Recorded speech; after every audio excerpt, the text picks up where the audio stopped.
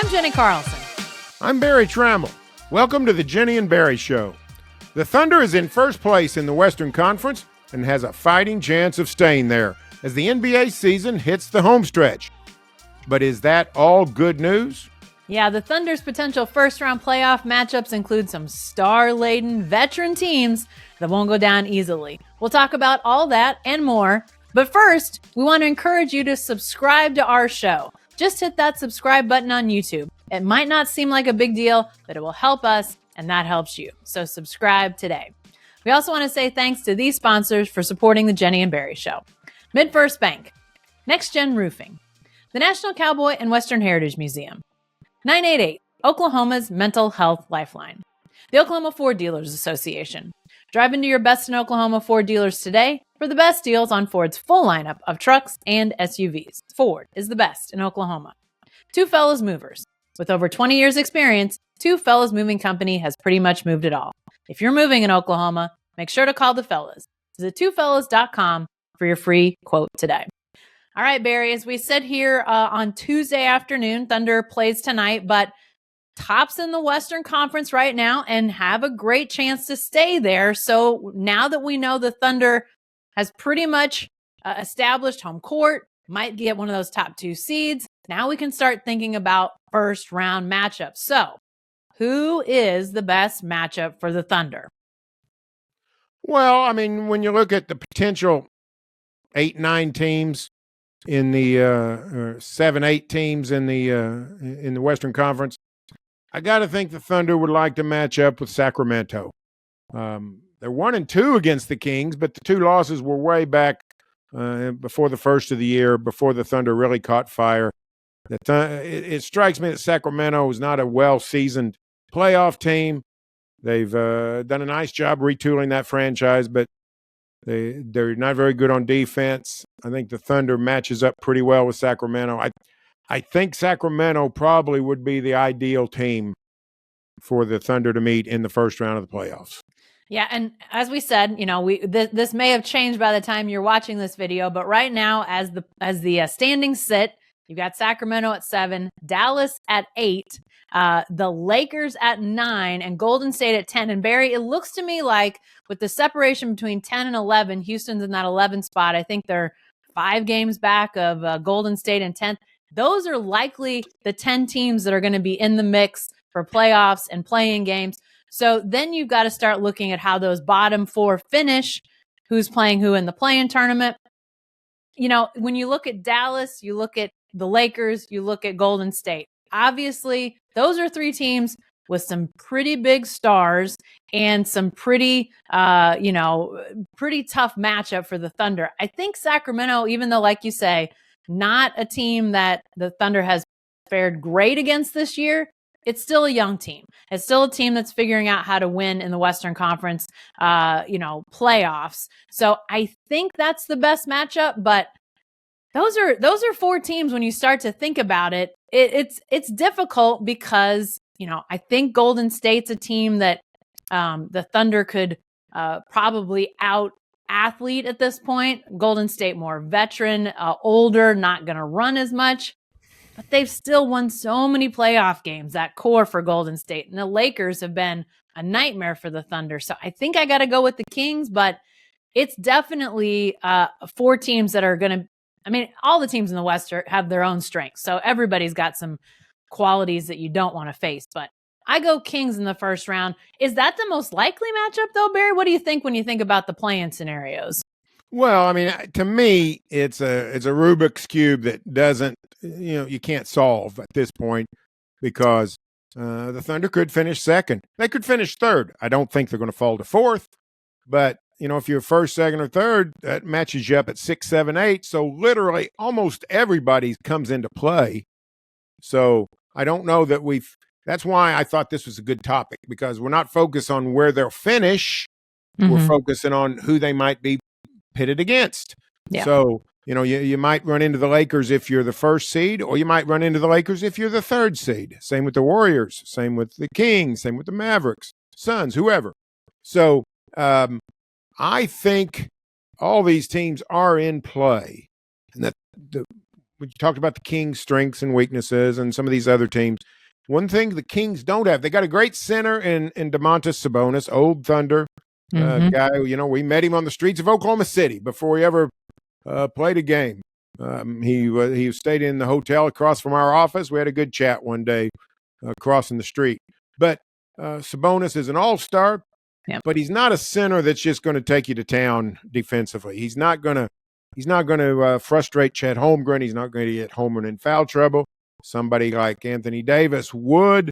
Somebody like Jokic would. Somebody like Karl Anthony Towns could. So that's the thing I'm looking at, is the individual matchups and what they could do. So I want the Thunder to avoid the Lakers. They're 1-3 against the Lakers this year. LeBron's playing crazy good for a 39-year-old. He's playing crazy good for a 29-year-old. Anthony Davis is really, playing well. D'Angelo Russell seems to have found a fourth life in the NBA. So if I'm the Thunder, my mission is to avoid the Lakers. I don't know if that means going to third. I don't know if that means finishing first, but I would want to avoid the Lakers. Yeah, and they, when you look at them, it looks like the Thunder, obviously matching up with LeBron is it's tough regardless. Thunder has a great on-ball defender in Lou Dort, and he would get that matchup a lot. But LeBron is, especially in the playoffs, he takes it to another level. So I think that could be a definite, definite tough spot for the Thunder if there's a Lakers matchup. But that team, I think the Lakers sort of in the same way, Barry. Back in the day, Thunder 1.0 makes the playoffs for the first time, and they get the Lakers. And it was a great series that came down to a Paul Gasol tip-in at the buzzer to win in 6 games in Oklahoma City, ended that first playoff run in the first round for the Thunder. And, you sort of saw that the Lakers were an aging team. They weren't going to be a championship level contender for too many more years. And I think they recognized this Thunder team was up and coming, was going to be a problem. And I kind of get the same feeling with this Lakers team. Like they realize that they gotta strike while they can, because this Thunder team's coming. If it's not this year that they start winning series in the Western Conference, it's going to start happening eventually. So I think there may be a little bit of a recognition of what's happening in Oklahoma City by the Lakers, and they've put the clamps on Oklahoma City. But that's just a tough matchup, and you talk about the moving parts. Probably the team, if I were to say that I would like the Thunder to maybe match up with best, is New Orleans at the 5 spot, is a team that, it seems like they're sort of on the younger side too.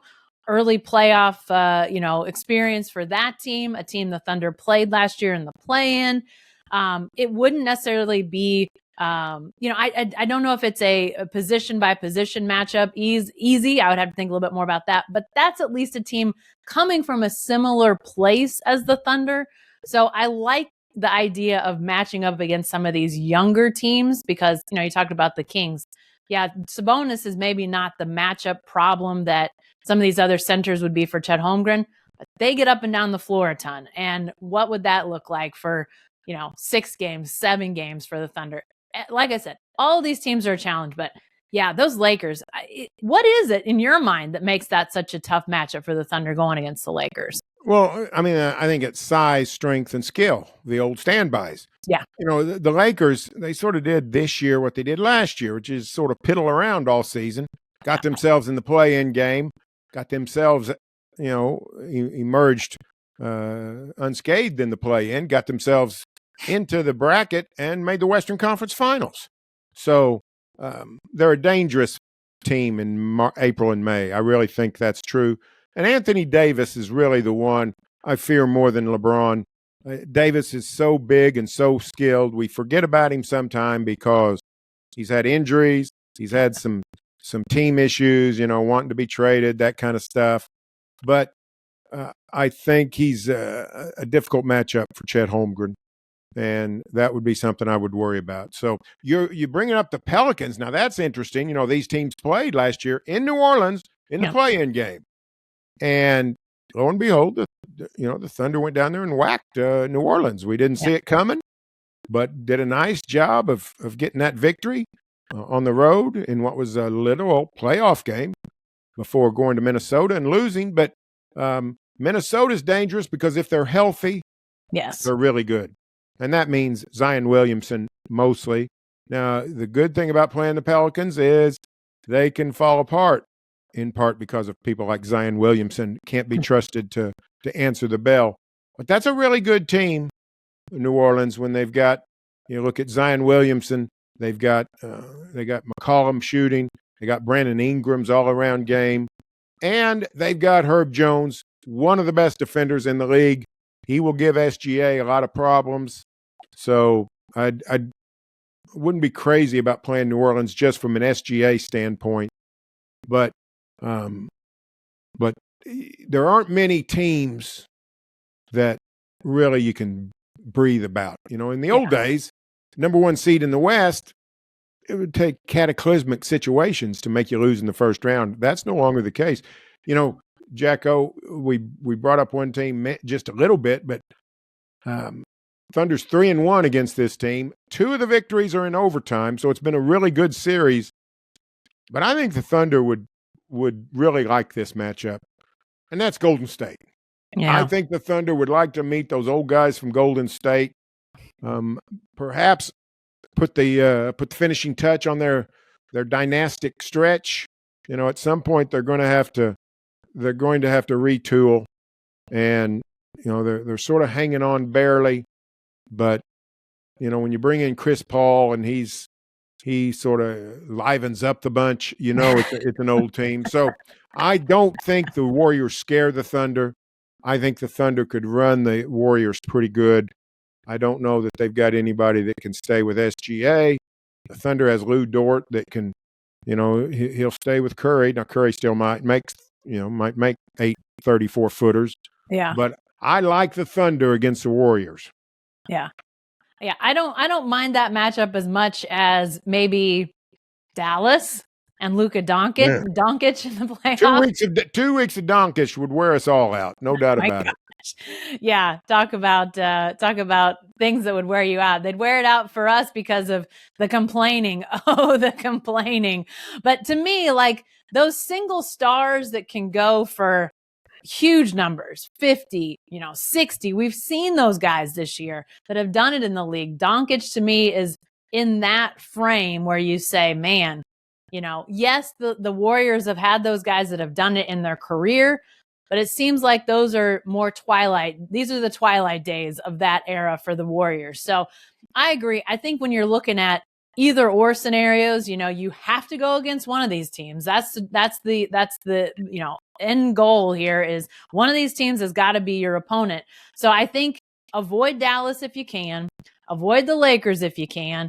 We haven't talked about a couple teams though, Barry, that have some, past Thunder stars on them, that being Kevin Durant in Phoenix and Russell Westbrook in LA. Now, I don't think that the Clippers are a likely first round opponent because they're, I think that it's likely that they're sort of one of those 4 teams that gets a first round home court advantage. But Kevin Durant and the Suns, now that's a possibility. What about a first round series with KD? Well, it's dangerous. It is dangerous. Durant and Devin Booker would be a monumental defensive assignment.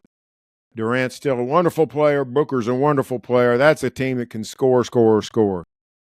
However, I don't like their team. I don't like their depth. I don't like their chemistry. I just don't like the whole vibe around Phoenix. I think that's one of the better matchups.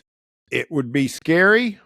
I mean, think about the psychological damage a Kevin Durant playoff victory over the Thunder would impact on this city and this state. It would be massive.